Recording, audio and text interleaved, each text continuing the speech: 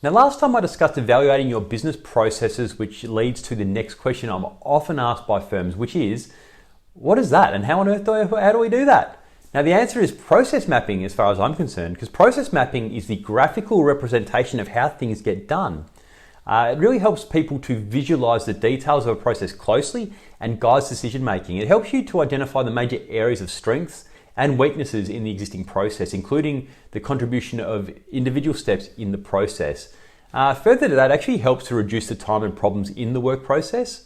Process mapping increases productivity. Some of the other reasons for the need of a process map are, pictures sometimes guide better than words, and the use of graphs, charts, tables, and images guides people through a process probably better than a big compiled report with lots of words in it. Process maps facilitate improvements in the process since it becomes easy to pinpoint the specific areas that need adjustment, like bottlenecks, delays, or capacity constraints, all those sort of things. In the light of efficiencies and effectiveness of the whole process, decision making becomes fast. It deals with the show me aspect and not the tell me aspect of the process and the problem areas. The major components of a process map include the inputs, the outputs, and the steps in the process to get between the two. Now, a good process map should illustrate the flow of the work and the interactions within the accountancy firm.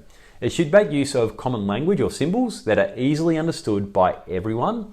And an ideal process map should contain proper detail with respect to multiple paths, decisions, and rework loops. Now, this is all done to streamline your accounting work processes to try and make things as most efficient, aka as profitable as possible from a firm perspective by moving non-core work down the hierarchy chain to ideally an offshore staff member and or a capable administration staff member.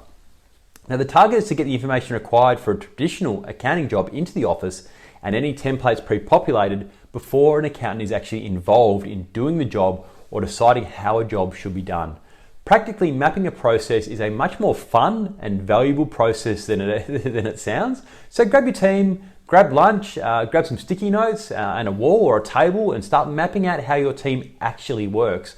It'll only take a few lunch times to get this done, then a few more lunch times to improve your work processes and make things more efficient.